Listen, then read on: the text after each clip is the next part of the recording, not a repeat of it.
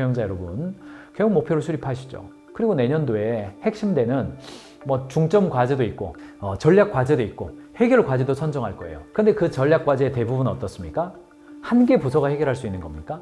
그렇지 않아요. 몇 개 부서가 같이 해결해야 돼요. 그 몇 개 부서가 뭉쳐가지고 해결해야 되는데 누구를 TF팀장으로 삼을 거냐고요? 나이 많은 사람 삼게 되십니까?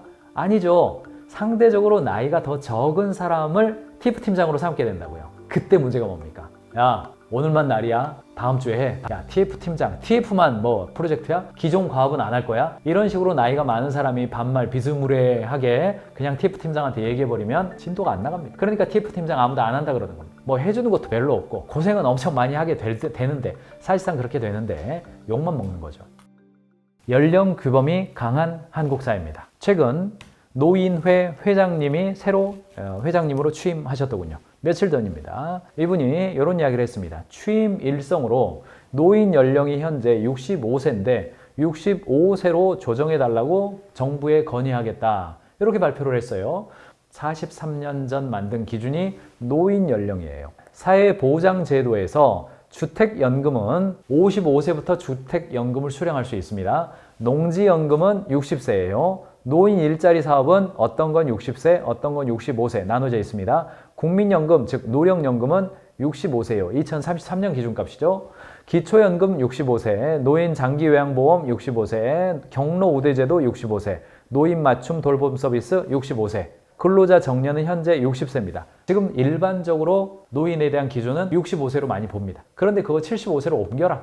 내가 늙고 있구나. 한국인들이 노화를 체감하는 시점은 평균 47세라고 합니다.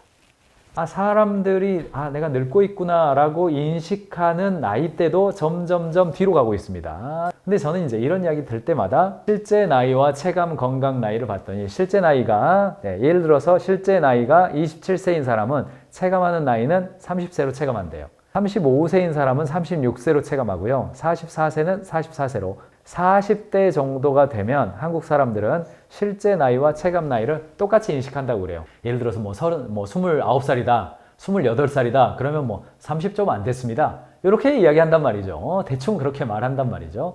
37세, 38세다, 그러면 아직 40은 안 됐습니다. 이렇게 말하지, 37세다, 이렇게 어쨌든 머릿속으로는 아이고, 좀 나이가 어리다고, 어린 취급 받고 싶지 않아. 이런 느낌이 강했단 말이죠. 근데 반대로, 한국 사람들 이야기예요. 50대가 되면 54세가 느끼는 체감 나이는 52세래요. 64세가 느끼는 체감 나이는 59세래요. 아이고 50 플러스 마이너스입니다. 60살 플러스 마이너스입니다. 이렇게 좀 내려서 이야기한다는 겁니다. 건강 나이가 그렇습니다. 체감하는 나이가 노인 시작하는 연령이 실제로 느끼는 거죠. 느끼는 거가 평균 70.5세인데 보니까 70에서 74세부터가 노인이지 이게 52.7%가 그렇게 대답했고요. 69세 이하가 25.9% 그리고 나머지가 나왔어요. 80세 이상부터 노인이지 라고 생각하는 분들이 6.5% 있습니다. 그러니까 이런 분들은 이제 70대인 분들이 아마 이렇게 대답하시지 않았겠는가 이런 생각이 들어요. 대부분의 경우는 70살 넘어야 70에서 74세 정도부터가 노인이다 라고 인식상으로도 그렇게 이야기하고 있는 겁니다. 일하고 있는 노인들의 비중을 봤더니 2028년 30%에서 2023년 39%로 꾸준히 증가하고 있습니다. 나이가 많이 먹었다가 중요한 것이 아니라 얼마나 건강하냐가 중요한 사회로 이동하고 있다는 이야기입니다. 나이에 관심이 많은 대한민국, 왜 그럴까? 이제 김기열 교수가 새로운 사람을 만났을 때 한국인의 국룰 질문, 나이가 어떻게 되세요? 꼭 물어봅니다. 근데 이게 어른만 그러는 게 아니라 애들도 그렇죠. 이거 만져도 돼? 안 돼? 어이가 없네? 약간 갈등 상황이죠. 너 몇 살이야? 나오는 거죠. 이거 유치원도 똑같습니다. 그래서 나는 5살이야.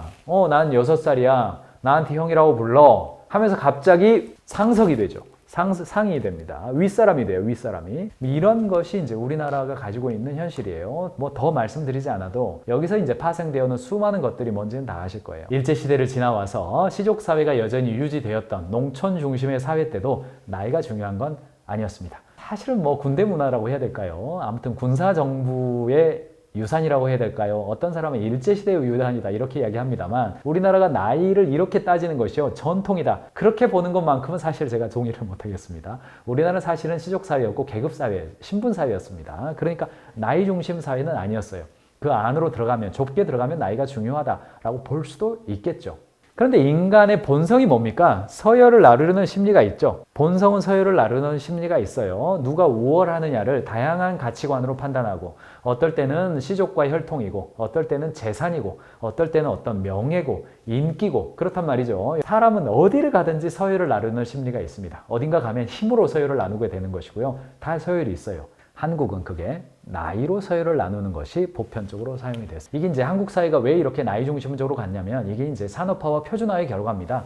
제1차 국민교육 명이 반포되었죠. 1930년대입니까? 20년대입니까? 일제시대에 의해서 국민학교가 생기고, 그냥 나이로 딱 잘라가지고 1학년, 2학년, 3학년, 4학년 이렇게 이제 편제를, 학급을 편제했단 말이죠. 학년과 학급을 편제했어요. 그런데 이것이 뭐랑 그대로 오마주 되는 거냐면, 군대 서열과 오마주가 되는 겁니다. 군대 입대를 하면 2등병, 1병, 상병, 병장 이렇게 되는 것과 똑같은 개념으로 국민학교 1학년, 2학년, 3학년, 4학년 이런 어떤 컨셉으로 오마주가 됐어요. 이것을 통해서 얻는 게 뭡니까? 아주 집단과 표준화를 얻었습니다. 그리고 산업사회에 적합한 인재들이죠. 뭐 아주 안 좋게 말하면 산업사회에 갖다 끼워 넣을 기계적 어떤 인간들을 양산해냈다고 볼 수도 있는 것이고, 근대 국가에 걸맞는 시민사회의 국민 혹은 시민을 양성했다고 볼 수도 있는 거죠. 해석은 다양할 수 있는 거니까. 어쨌든 이런 군대식 계급주의를 학교 문화에 적용함으로써 단기 압축 성장해내고 표준화를 해냈습니다. 그런 과정에서 이제 나이죠. 기준이 나이만 남았어요. 학렬도 다 사라지고.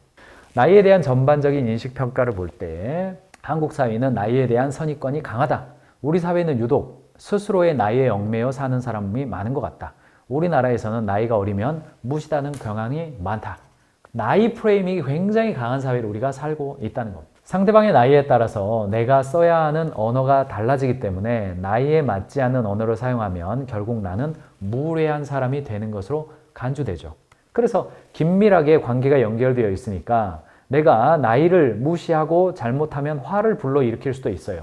뭐 이렇게 되는 거예요. 우리나라처럼 좁고 긴밀한 관계의 사회 속에서는 나이로 서열을 나누는 것이 가장 보편적인 방법으로 사용되었다라고 이야기하는 것이 김경일 교수가 하고 있는 이야기이기도 하죠. 그래서 나이가 많은 사람들이 하는 이야기를 그대로 따라 듣고, 아이고 나 배 아파요. 너 저기 가서 누워 있어. 3일 있으면 나을 거야. 신이 그렇게 말했어. 그러면 3일 있으면 실제로 낫거든요. 그러면 이제 노인이 나를 치료해 줬다. 그렇게 되는 거죠. 근데 과학적으로 보면 그게 뭐예요? 그냥 배탈 난 거죠. 이걸 이제 모르던 시절에서는 나이가 많고 경험이 많은 사람 말을 듣게 되는 거예요. 자연스럽게 전통적인 사회, 농경사회, 자연을 변화시키기보다는 자연을 따르는 사회 속에서는 나이가 많은 사람이 이야기 듣는 게 맞죠. 그런데 이제 기업으로 돌아오면 기업에 있어서는 연령 규범과 역할 규범이 있죠. 조직은 어떻습니까? 연령 규범이 강화되는 것이 바람직합니까? 역할 규범이 강화되는 것이 바람직합니까? 변화를 이야기하고 성장을 추구하는 경영자라고 한다면 연령 규범보다는 역할 규범이 강화되는 것을 추구하실 거예요.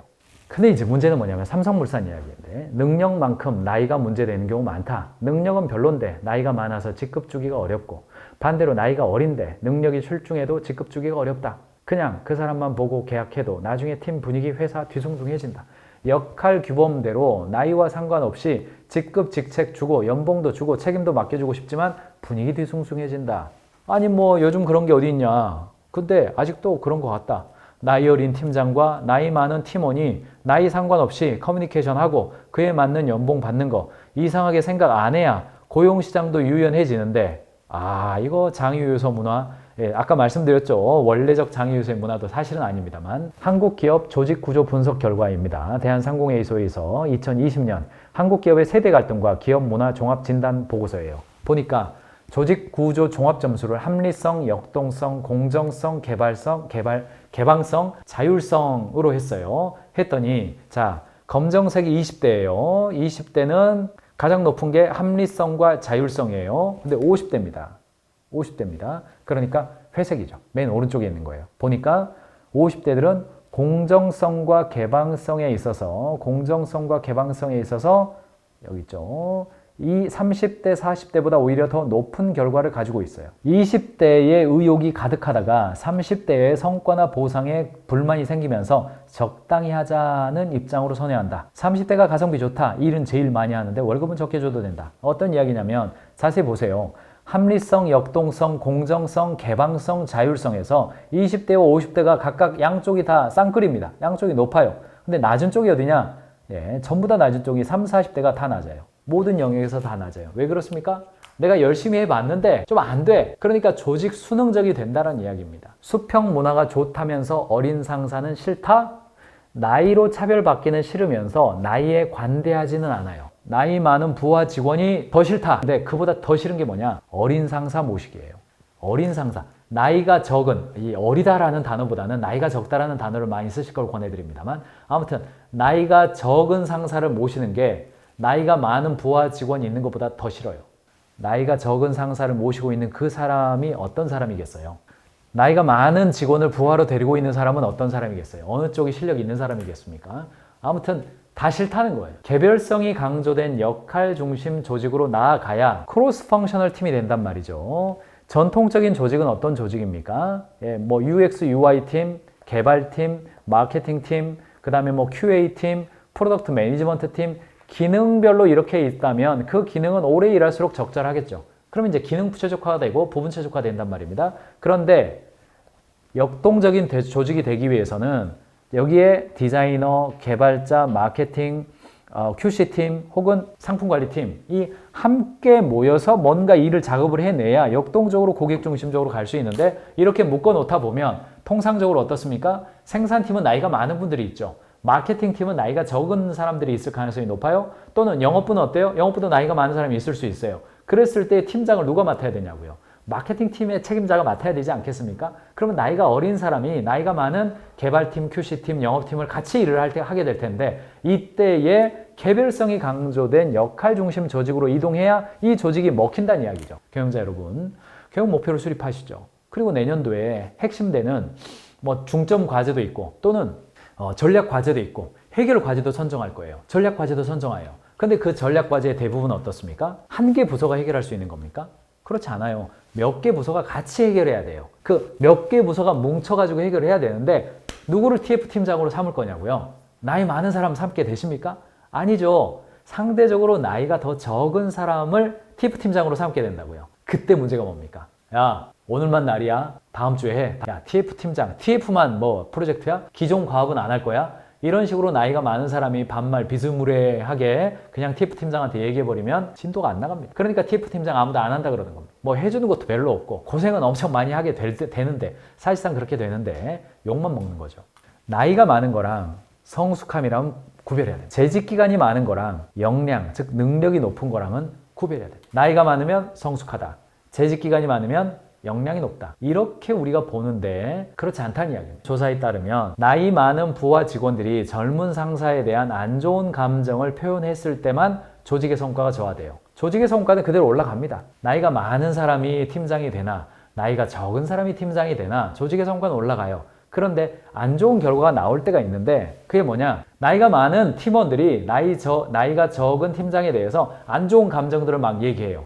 그랬을 때만 나이가 어린 사람을 TF팀장으로 세웠을 때의 성과가 오히려 성과가 잘 안 오르게 된다는 이야기입니다. 명확한 타깃과 목표를 부하 직원들에게 제시한 뒤에 부하 직원들에게 업무 자율성을 주어서 그들을 간섭하지 말라는 해결책입니다.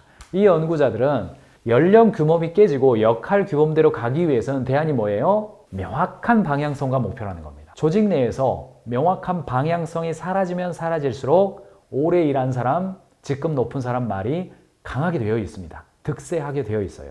목표 먼저, 조직 나중, 사람 먼저, 일 나중의 원칙이 있습니다. 이게 굿투그레이트 짐 콜린스가 한 이야기인데 목표를 먼저 세우고 조직을 세팅하는 겁니다. 사람이 어떤 강점이 있는지를 보고 그에게 일을 주는 거예요.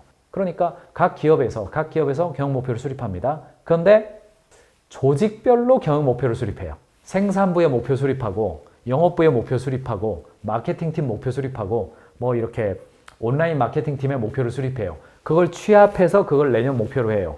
이 말은 무슨 말이에요? 경영자가 그걸 알고 했든 모르고 했든 경영자는 어떤 결정을 한 겁니까? 오래 하던 대로 일하겠다 이 말이에요. 자, 중요한 건 경영 목표를 수립하는 것은 목표가 있고 전략이 나오면 그 다음에 목표를 수립한다는 것은 그 순서 자체가 내가 목표를 세웠어요. 그러면 목표를 이루기 위한 방법으로서 전략이 나옵니다. 전략이 나와요. 전략이 나와서 조직화가 이루어진단 말이죠. 예를 들어서 우리 회사가 자, 전통 제조업이에요. 제조업인데 우리 회사가 해외 진출을 하겠다. 해외 진출을 하겠다. 근데 일단 1년 동안에는 가능성만 타진하겠다 한다 하더라도 조직 내에서 해외 진출을 준비하는 팀이 있습니까? 없습니까? 없어요. 그동안 없었잖아요. 두 번째, 우리 회사가 편의점 제품을 만들겠다. 소량 생산의 물건을 만들겠다. 소량 생산의 물건이 있었습니까? 없었어요. 그렇다고 한다면 해외 진출하겠다. 편의점 제품을 개발하겠다. 기존에 안 했던 행동을 하기로 전략적인 목표로 삼았어요. 그렇다면 그 다음에 해야 되는 게 조직화란 말입니다. 그런데 문제는 뭐냐면 부서별로 목표를 수립한 다음에 그걸 취합해가지고 아이디어를 도출하다 보면 어떤 이야기예요? 결국은 이런 새로운 프로젝트들, 생산부장님이 와가지고 어떤 이야기예요? 그건 팀 새로 짜서 해야 됩니다. 사람 채용해야 됩니다. 영업부가 와서 무슨 이야기예요? 아니, 편의점 영업은 우리가 못하는데요. 새로 해야 됩니다. 이렇게 이야기가 나온단 말이죠. 그러니까 경영자는 경영 목표를 수립하거나 혹은 전략을 수립할 때 뭐가 중요해요? 목표를 먼저 수립하고 조직화를 나중에 해야 된다는 이야기죠. 자, 자료 화면을 계속 보시면 그래서 짐 콜린스가 어떤 이야기를 하는 거냐면 목표 먼저 조직을 나중에 해라. 사람을 먼저 보고 일을 나중에 세팅해라. 목표가 있어야 역할이 있고 역할이 조직이죠. 역할을 규정하는 것이 조직입니다. 탁월한 기업은 사람의 강점을 중심으로 조직을 재편하게 되어 있어요.